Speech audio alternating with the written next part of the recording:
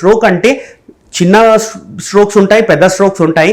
అంటే చిన్న రక్తనాళాల్లో బ్లాక్ అయినప్పుడు ఈ మందుల ద్వారానే వైద్యం ఉంటుందండి. ఓన్లీ వెన్ పెద్ద స్ట్రోక్ వచ్చింది, అది ఓన్లీ మహా అంటే 10% 15% ఆఫ్ జనాభాలోనే వస్తుందండి. మోస్ట్ ఆఫ్ ద స్ట్రోక్స్కి గల కారణం ఏందో తెలుసుకోవాలండి. ఫస్ట్ స్ట్రోక్ వచ్చినా కూడా పేషెంట్కి నేను చెప్పేది ఏంటంటే ఆ స్ట్రోక్ని వైద్యం చేసుకుంటూ స్ట్రోక్ రావడానికి గల కారణాన్ని కూడా అన్వేషించడానికి పరీక్షలు చేసేది ఉంటుంది. సో స్ట్రోక్ వచ్చిన పేషెంట్స్ని కంపల్సరీగా మనము కేటగరైజేస్ చేసుకోవాలి. స్మాల్ వెసిల్ స్ట్రోక్సా లేక లార్జ్ వెసిల్ స్ట్రోక్సా లేక అదర్ ఈటియాలజీస్ అని కనుక్కొని దానికి సంబంధించి వైద్యం చేసుకోవాలి. అంతేగాని వచ్చిన ప్రతి పేషెంట్కి స్ట్రోక్ వచ్చిందని సర్జరీ చేసే అవసరం లేదండి.